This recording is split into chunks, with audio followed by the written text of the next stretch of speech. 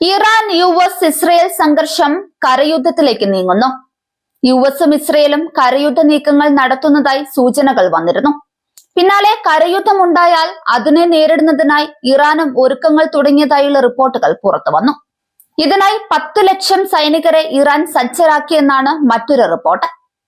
നിലവിലുള്ള സൈനികരും പുതുതായി റിക്രൂട്ട് ചെയ്യപ്പെട്ടവരും ചേർന്നതാണ് ഈ കണക്കുകൾ. IRGC ഉൾപ്പെടെയുള്ള ഇറാനിലെ സൈനിക വിഭാഗങ്ങൾ റിക്രൂട്ടിംഗ് വർദ്ധിപ്പിച്ചിട്ടുണ്ടെന്നും റിപ്പോർട്ടുകൾ വരുന്നുണ്ട്. സൈന്യത്തിൽ ചേരാനായി നിരവധി യുവാക്കൾ മുന്നോട്ട് വരുന്നതായും റിപ്പോർട്ടുകൾ പറയുന്നു. സൈനിക കേന്ദ്രങ്ങളിൽ സൈന്യത്തിന്റെ ഭാഗമായി രാജ്യത്തിന് വേണ്ടി പോരാടാൻ തയ്യാറായി എത്തുന്ന യുവാക്കളുടെ തിക്കും തിരക്കുമാണെന്നാണ് മാധ്യമ റിപ്പോർട്ടുകൾ പറയുന്നത്. യുഎസും മേഖലയിൽ സൈനിക വിന്യാസവുമായി മുന്നോട്ട് പോകുന്നുണ്ട്. ആയിരക്കണക്കിന് സൈനികരെയാണ് മേഖലയിൽ യുഎസ് വിന്യസിച്ചിട്ടുള്ളത്. കൂടുതൽ സൈനികർ പശ്ചിമേഷ്യയിലേക്ക് എത്തിച്ചേരുമെന്നും റിപ്പോർട്ടുകളുണ്ട്. യുഎസ് സൈന്യം ഇറാന്റെ മണ്ണിൽ കാലുകുത്തിയാൽ കനത്ത തിരിച്ചടി നൽകുമെന്ന് ഇറാനും മുന്നറിയിപ്പ് നൽകിയിട്ടുണ്ട്.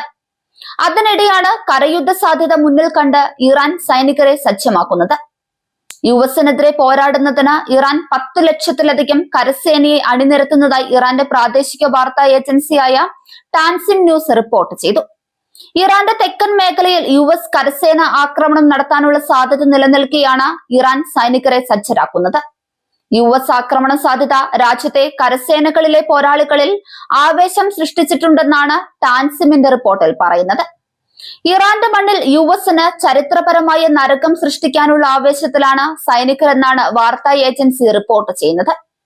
സൈന്യത്തിന്റെ ഭാഗമാക്കാനായി കൂടുതൽ യുവാക്കൾ സ്വമനസാലെ മുന്നോട്ട് വരുന്നുണ്ടെന്നും നിരവധി അപേക്ഷകളാണ് ദിനംപ്രതി ലഭിക്കുന്നതെന്നും റിപ്പോർട്ടിൽ പറയുന്നു. ഹോർമുസ് ബലം പ്രയോഗിച്ച് തുറക്കാനുള്ള യുഎസിന്റെ നീക്കം ആത്മഹത്യാപരമാണെന്നാണ് സൈനിക സ്രോതസ് വാർത്താ ഏജൻസിയോട് പറഞ്ഞത്. യുഎസിന്റെ ഏത് നീക്കത്തെയും നേരിട്ട് ഹോർമുസ് അടച്ചിടാൻ തങ്ങൾ ഒരുക്കമാണെന്നാണ് സൈന്യം പറയുന്നത്. യുഎസ് പശ്ചിമേഷ്യയിൽ 10,000 സൈനികരെ കൂടി വിന്യസിക്കാൻ ഒരുങ്ങുന്നതായും റിപ്പോർട്ടുണ്ട്. നിലവിൽ 50,000 സൈനികരെ മേഖലയിൽ വിന്യസിച്ചിട്ടുണ്ട്. അതിനൊപ്പമാണ് 10,000 സൈനികരെ കൂടി അയക്കാൻ പെന്റഗൺ ആലോചിക്കുന്നതായി റിപ്പോർട്ടുകൾ പുറത്തുവരുന്നത്. ഗേഷൻ ദ്വീപ്, ഖാർക്ക് ദ്വീപ് തുടങ്ങിയ തന്ത്രപരമായ ലക്ഷ്യങ്ങളിലാണ് യുഎസ് ശ്രദ്ധ കേന്ദ്രീകരിക്കുന്നത്. ഇതിനു പിന്നാലെയാണ് തിരക്കിട്ട സൈനിക നീക്കങ്ങളുമായി ഇറാൻ മുന്നോട്ടു പോകുന്നത്. ഇതോടെയാണ് പൂർണ്ണ തോതിലുള്ള കരയുദ്ധത്തിനുള്ള തയ്യാറെടുപ്പാണോ നടത്തുന്നതെന്ന ആശങ്ക ഉയരുന്നത്. കരയുദ്ധം തുടങ്ങിയാൽ അത് വലിയ പ്രത്യാഘാതങ്ങൾ ഉണ്ടാക്കും. കരയുദ്ധ നീക്കം വിപണികളെയും ദോഷകരമായി ബാധിക്കും. എണ്ണ ബാരലിന് $100 മുകളിൽ വ്യാപാരം തുടരുന്നു. വിപണികൾ ഇപ്പോഴും താഴ്ന്ന നിലയിലാണ് വ്യാപാരം തുടരുന്നത്. രൂപയുടെ മൂല്യം ദുർബലമായി കൊണ്ടിരിക്കുകയാണ്. വർദ്ധിച്ചു വരുന്ന ഊർജ്ജ ചെലവ് വലിയ പ്രതിസന്ധിയായി മാറും. ഇസ്രയേലിനുള്ളിൽ തന്നെ യുദ്ധം തുടരണോ എന്നതിനെ കുറിച്ച് ഭിന്നതയുണ്ടെന്ന റിപ്പോർട്ടുകളുമുണ്ട്. ചിലർ ആക്രമണം തുടരുന്നതിനെ അനുകൂലിക്കുമ്പോൾ മറ്റുള്ളവർ യുദ്ധം എത്രയും വേഗം അവസാനിപ്പിക്കണമെന്നാണ് ആവശ്യപ്പെടുന്നത്. കരയുദ്ധത്തിലേക്ക് നീങ്ങിയാൽ ലോകത്തെ കാത്തിരിക്കുന്നത് വലിയ പ്രതിസന്ധിയാണ്. പശ്ചിമേഷ്യയിലെ യുദ്ധം തുടരുന്നതിനിടയിലും ഇറാന്റെ സമ്പദ് വ്യവസ്ഥ കുലുക്കമില്ലാതെ നിൽക്കുന്നതായി റിപ്പോർട്ടുകൾ പറയുന്നുണ്ട്. എണ്ണ വിൽപ്പനയിലൂടെ ഇറാൻ പ്രതിദിനം $139 ദശലക്ഷം, അതായത് ഏകദേശം 1160 കോടി രൂപയിലധികം വരുമാനം തേടുന്നതായാണ് റിപ്പോർട്ട്.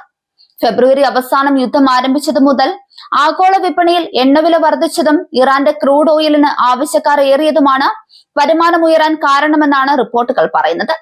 ഫെബ്രുവരിയിൽ $115 ദശലക്ഷം ആയിരുന്നു ഇറാന്റെ പ്രതിദിന ശരാശരി വരുമാനം. മാർച്ചിൽ അത് $139 ദശലക്ഷം ആയി ഉയർന്നു. നിലവിൽ ഹോർമുസ് കടലിടുക്ക് വഴി എണ്ണ കയറ്റുമതി ചെയ്യാൻ സാധിക്കുന്ന ഏക പ്രധാന രാജ്യം ഇറാനാണ്. ഇതും ഇറാന് നേട്ടമായി. ഇറാനിലെ പ്രധാന എണ്ണ കയറ്റുമതി കേന്ദ്രമായ ഖാർക്ക് ഐലൻഡിൽ നിന്നുള്ള ചരക്ക് നീക്കം തുടരുകയാണ്. പ്രധാനമായും ചൈനയിലേക്കാണ് ഇറാൻ വലിയ തോതിൽ എണ്ണ കയറ്റുമതി ചെയ്യുന്നത്. ഹോർമസ് കടലിടുക്ക് കടന്നു പോകുന്ന ചില വാണിജ്യ കപ്പലുകളിൽ നിന്ന് ട്രാൻസിറ്റ് ഫീസായി $2 ദശലക്ഷം വരെ ഇറാൻ ഈടാക്കുന്നുണ്ടെന്നും റിപ്പോർട്ടുകൾ വന്നു.